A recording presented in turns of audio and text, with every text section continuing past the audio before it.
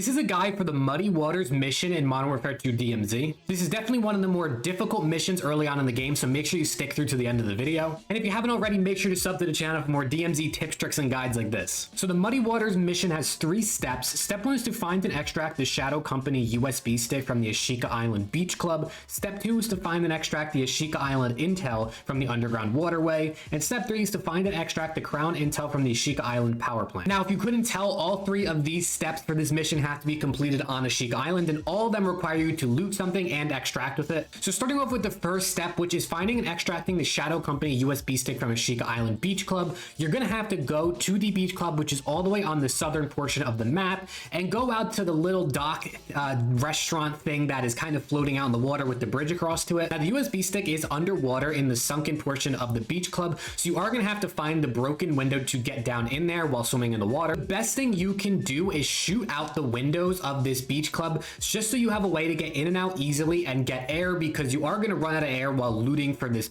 USB stick, and you do not want to die because obviously you're going to have to get res by your teammates, and if you're solo, that's going to be the end of your run. So the number 1 tip is to shoot out the windows before you head in, and then after that you're just going to swim on into the broken windows and loot around in the few different crates and boxes that are down there, and eventually you will find the USB stick. And then you must extract with the stick, which obviously is the harder portion of this because you have to not die on ASHIKA Island, which can be difficult, but once you're able to extract, you can move on to the next part. And these don't have to be completed in order, by the way. You can complete these in any order you want. I'm just going to go in order of how the mission's listed. Next up, you have to find and extract the ASHIKA Island intel from the underground waterway. This one I found to be the most difficult because early on in the game there are a ton of AI down here as well as the Juggernaut, so it can be very difficult to get through here if you are a solo. If you wait till later in the game, sometime other squads had already been down there and cleared it out for you, but you do have to remember that these, all these different things you have to extract are only spawning once per game, so you do have to be the first one to grab. But you can head into the underground waterway area from this side and stick on your right side all the way around until you get to the deep corner, kind of where the dead drop is. There is a metal container